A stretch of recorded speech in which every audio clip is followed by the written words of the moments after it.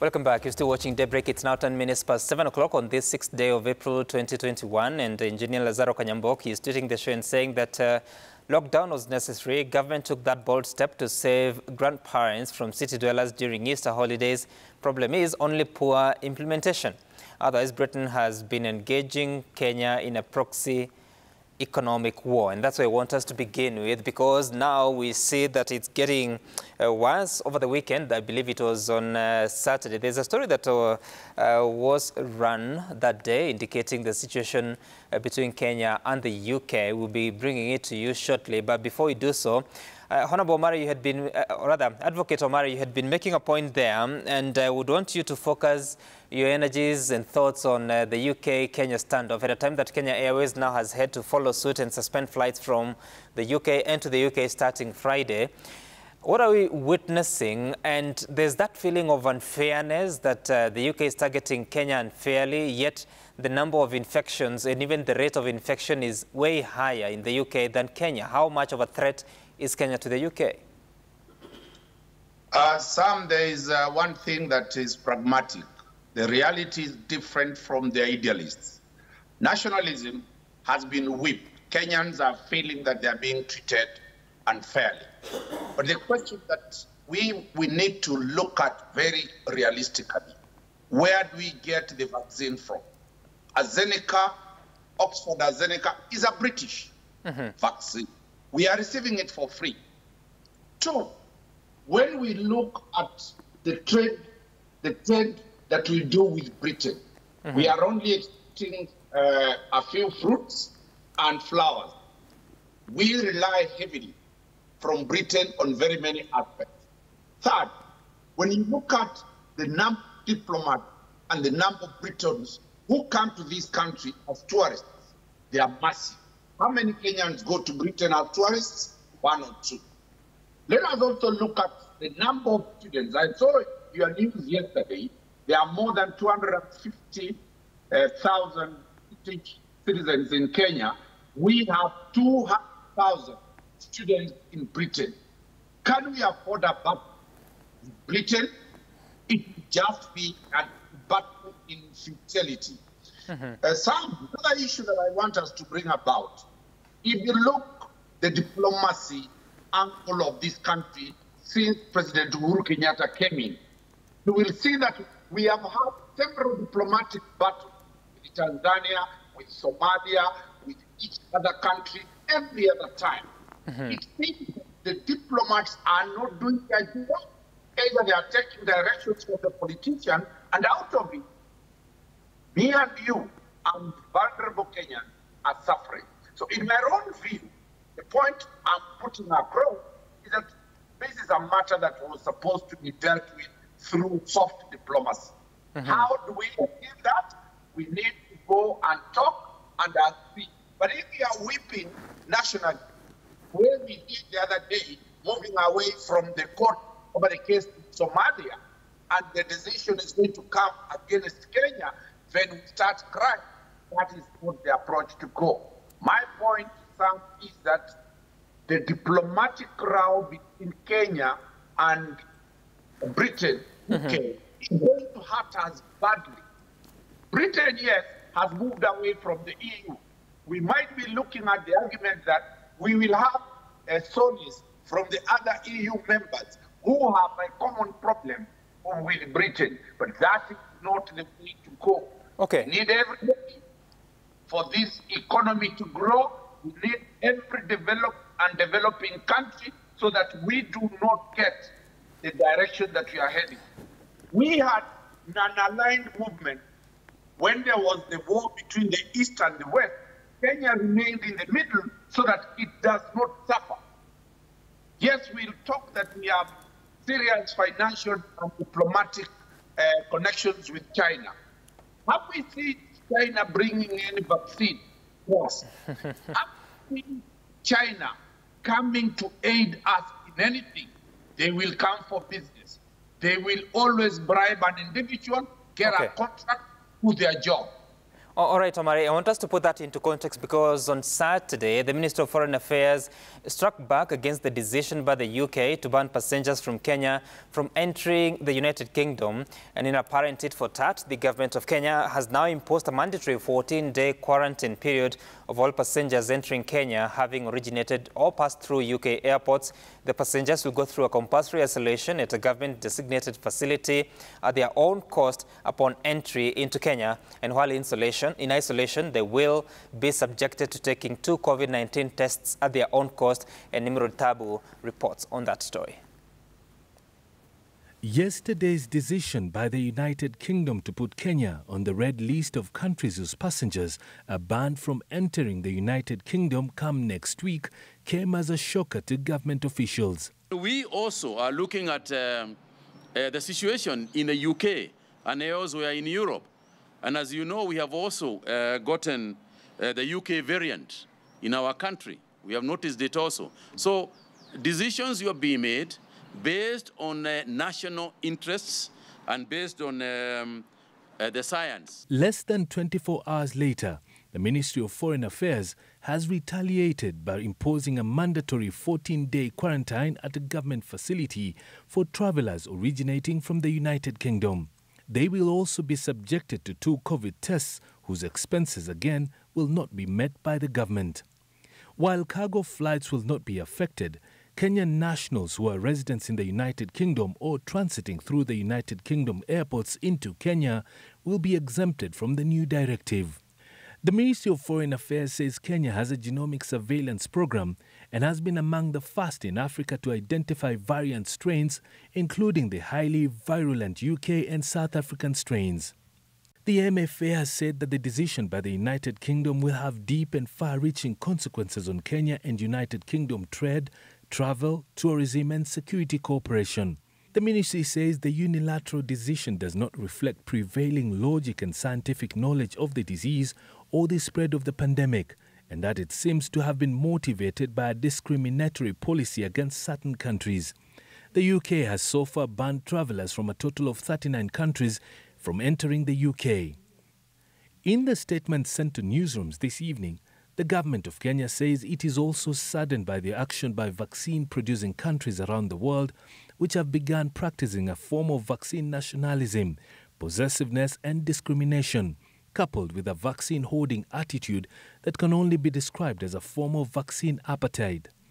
Kenya now wants the vaccine-producing countries like the United Kingdom to assist other nations to access the vaccine. Nimrod Tabu, Citizen TV. Right, and of course, as Dunstan Omari says there, Senator Linturi, the balance of trade is in favor of the UK. We need to look at Kenya versus UK bilateral relations and trade. But are we overreacting as a country because of that listing by the UK on the red list? And is the UK being fair to Kenya, bearing in mind our 2 different realities when it comes to COVID-19? I think looking and listening to that story and understanding how possibly such disagreements should be handled at the national level or between the 2 countries, I think you realize that our government, I think, by also trying to impose those restrictions on the UK, in my view, were only reactionary, because at the Foreign Affairs Ministry level, I shouldn't think they should have engaged the UK in a more structured, better way, so that it doesn't appear as if there is some diplomatic role that is likely to arise out of the red listing of Kenya. But I must also admit, I don't think UK has also been very fair to us, because in a number of occasions, UK has really imposed certain sanctions which have had very serious and adverse economic effects in this country. Just like you remember one time, the first people that banned the miraa that comes from a place was the UK. and there were no such serious consultations. Our government never, I think, whether they discussed at that level or not, but I flew there and had meetings there. Those years of 2013. So the manner in which the UK treats Kenya, in my view, and I think is, and you know, Kenya has been having been a colony of the UK. So they are discriminatory and they are condescending high at times to this country. Is something that I've never taken lightly, and I am on record saying that if, for example, this is the kind of attitude, the big brother attitude that they want to have, and despite us doing business, you know, we also keep you go to Nanyuki, most of their whites, these people are training there. You go to the army. British Army. So there are so many things that we share in common, and I think the best way is for the two countries to talk seriously and be able to engage, because in Nanyuki, for example, because all the military guys from that battalion flew to UK for vaccination, and when they came back, no, there were no restrictions. They were moving around there. We don't know whether they also brought us the new strain of variant from the UK. So it cannot be sincere from the UK government to ban our people going to the UK thinking that they will be able to export. The correct position couldn't be, yes, there is that probability. But since there is that free movement, and is that how we are supposed to engage? That's the question. Two, UK is giving us the AstraZeneca vaccine for free. And because they're also giving us that support, would we really want to engage viciously in such a way when there is also so much support and we require one another? So I think the manner in which we engage with the UK is, I think, what is not correct, and I think they should be able to get a proper way of trying to reach out, work out a systematic, acceptable way of trying to engage. Right. Because at the end of the day, when these disagreements come, then the effects are really quite enormous.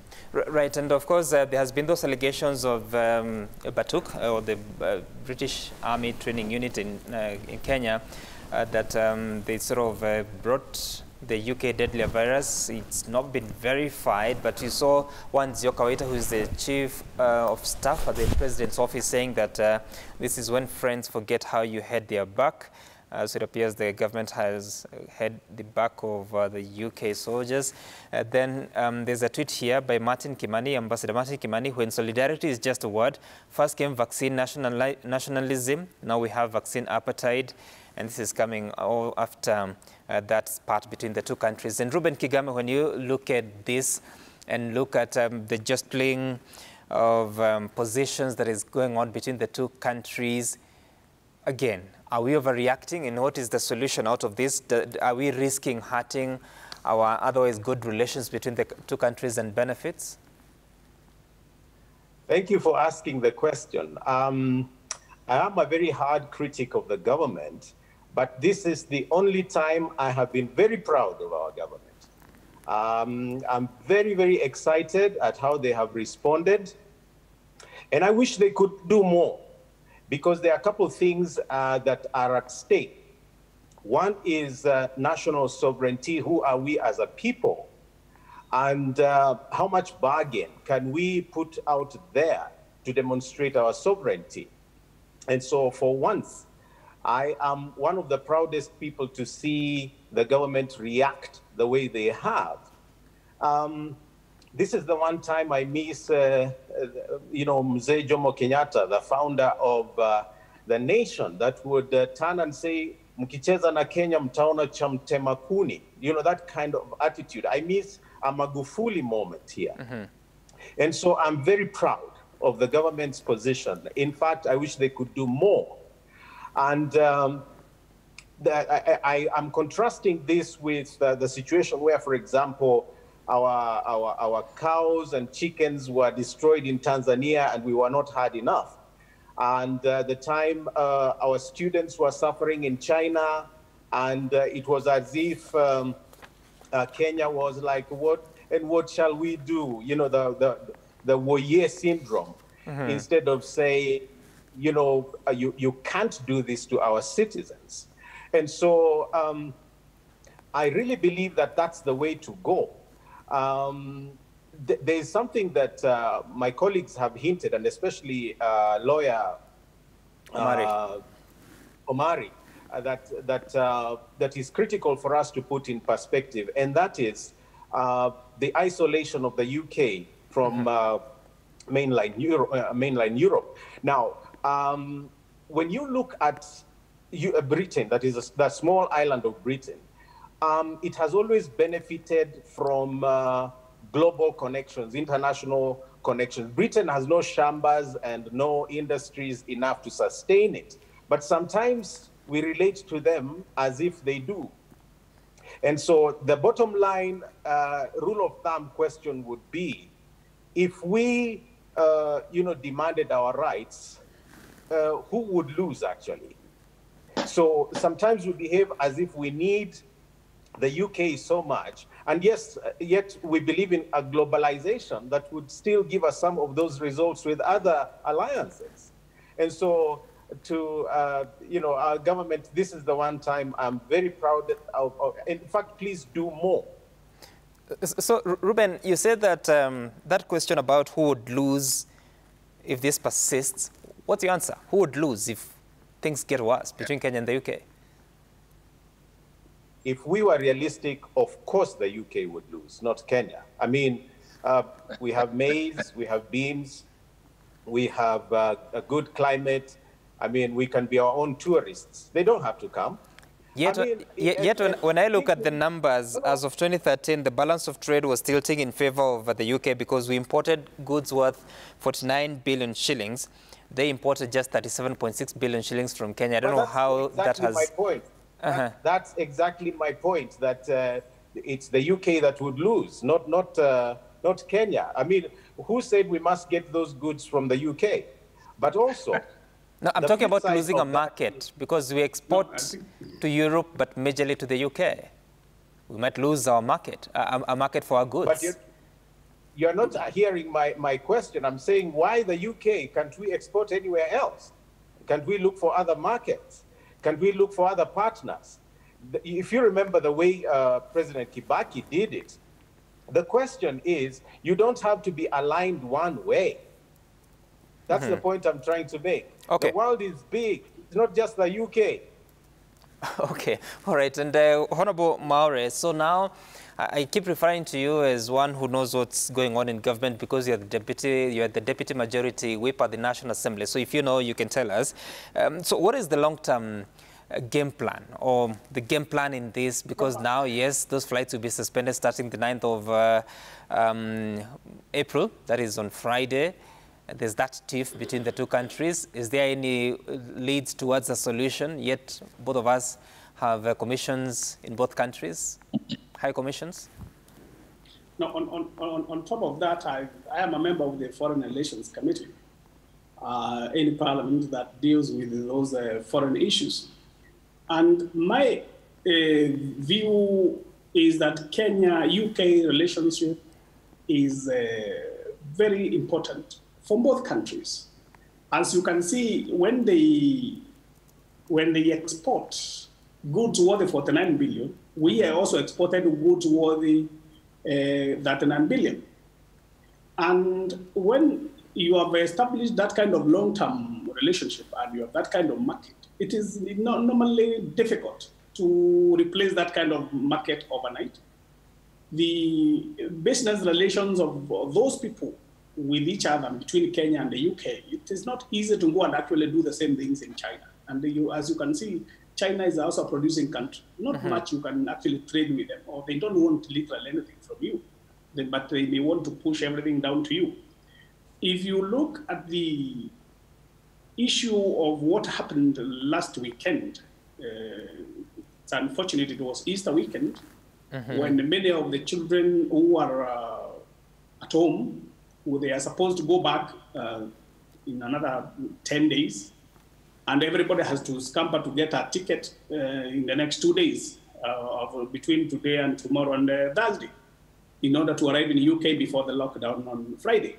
So I think what happened, as Mr. Kagame says, the moment to be proud with your country is a moment like this when it has the capacity to reciprocate. When somebody has shown you Madarau, the level that have shown us over this incident of corona virus numbers. If you look at the numbers that are the cases, the dead people since the corona began in the UK, it's 127. In Kenya, is 2,300. So between the two countries, who should announce the lockdown of the other one? So when you have this kind of behavior, the only way to do it is actually to do the reciprocity kind of diplomacy. They misbehave, you also call their bluff. And once you do that, you now start opening the diplomatic channel. As you are aware, we have the Batuk in Nanyuki. We don't have a branch of our Kenya Army in the British soil. They have a lot of massive investments here. You just name them from the network we are using to communicate, the Safaricom investments, to the Barclays, to the others, the mining, you name it. The British stand to lose if they were to actually have a confrontation with Kenya. So it is for that reason we need not to, because it has been Easter weekend. Right. And I'm sure by a week or two, everybody will soften down and they look at the mirror and see how stupid they were. Wow. And Justin Omari, as we exit from this topic, so when you look at it, it would appear like, especially the countries in the Western world, they sort of try to appreciate the risks in this other side of the world and warn their citizens that this is where you're more likely to be hurt or to face harm. So probably they have looked at Kenya and thought that because of the infection rate at a positivity rate of, like I said, 17.1% already, the average in April, then you're more likely to contract the virus and even die based on the infrastructure that has been put in place. Should this decision be leading us to look inward and think about what's our problem and what we need to fix before we can engage further on the foreign relations? What I think, Sam, you've got it right, very right. Because when Kibaki was the president, he taught us to look inward. Let us develop our self-worth by generating our taxes. The same approach Magufuli did. And I heard our president say that the only thing we've learned from the late Magufuli is that he used the resources from within. We have KEMRI. We have never funded it so that it grows to an entity that can generate a vaccine. We have our own institutions that we have never funded. I've had the deputy majority leader, who has been a member of parliament for long. I've had Senator Linturi talk. They are legislators. We have always longed and yearned for a time when Kenyans will not only react verbally, but they will react by putting resources and putting infrastructures towards self-sustainability of ourselves in every sector. We cannot be talking when we are 100% beggars. We grow and brag all over that we are beggars, every day borrowing, every day begging. If you are a beggar, Sam, you have no self-worth. We had a great worth from 2002 to 2013. We have reduced ourselves into where we are. Can we reflect? Can we think about how do we institutionalize and develop our self-worth? Can we revamp all our institutions? Can we increase the tax collection? Can we reduce the corruption which the president says we lose 2 billion shillings per day. Can we do that? We will grow. This type of behavior from the West, we did it the other day to Tanzania. We locked the Tanzanian border. We closed the trucks from coming. We are equally as guilty as the West. I'm not advocating for apartheid, nor am I advocating for discrimination, but I'm a believer and a strong believer that if you do not respect yourself, if you do not hold your country as a country that can stand among countries of the world and be respected, we always be told we are third rate. Honorable, let me finish this kindly. Honorable Maore has said the British have a military barrack in Nanyuki. For whose defense? It is for our own defense, because we have never invested to develop our KDF to the level that we are able to deal with any outside expansion without the support of foreigners. Can we do what Kenyans are supposed to do? Mzee Jomo Kenyatta said, "Ujenge taifa letu." Have we ever done that? We have all made beggars. Omari, just clarify that. What do you mean that you've never invested in our KDF to the extent that we can help ourselves without the support of foreigners? What exactly do you mean?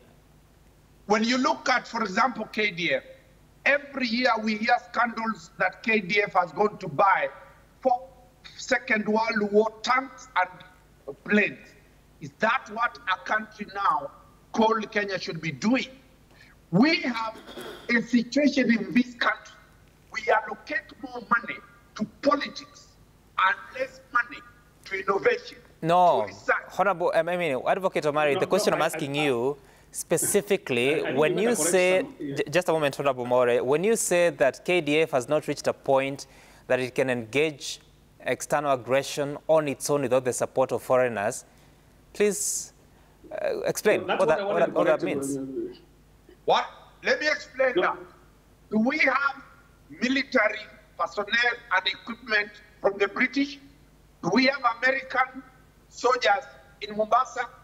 Do we have other countries coming for training in this country? For whose benefit? Do we send our soldiers every day to Britain Sandhurst Training College, to Israel, to every other country? Do we need always aid to fund and equip our military? We always need, we must beg. That is the situation I'm saying. Unless we raise our revenue like back it did, then we have resources to equip our KDF. We will always remain beggars. Honorable Mori, there's something you're saying. Please say it. Yes, actually what I wanted to clarify is that the issue of allocating resources, you don't allocate the resources that aren't proposed by the executive as parliament. When the budget comes, the process is the procedure is that you cannot introduce your own topic or your own item.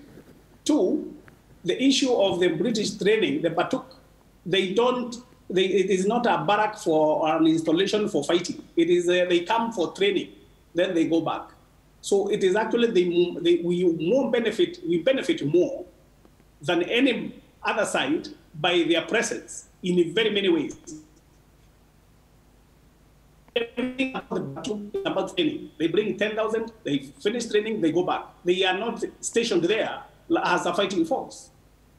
Okay, all right. That is. But so who is benefiting? Sorry, Kigame? I'm asking if they need our ground to train, who is benefiting? It should be them. No, absolutely. We also benefit in the revenue they spend here. We get a lot of foreign exchange. Whatever they eat, they don't get it from England. Okay, all right. Mutual benefit. But then again, be the judge. The conversation continues about the UK-Kenya standoff. Like I said, probably it's time to focus on our systems and what we're doing to contain the COVID-19 pandemic. After the break, we'll be talking about the state of politics. We saw Raila Odinga, he's back in circulation. On Thursday, he spent a day with the president touring different projects in Nairobi and Kajiado. and he says that he's happy to make it out of COVID-19 and now he's back. There was that release from ODM offices indicating that he'll be on the ballot in 2022, but a day later it was renounced and said that it was an April Fool's prank. We talk about all that after the break. Stay tuned.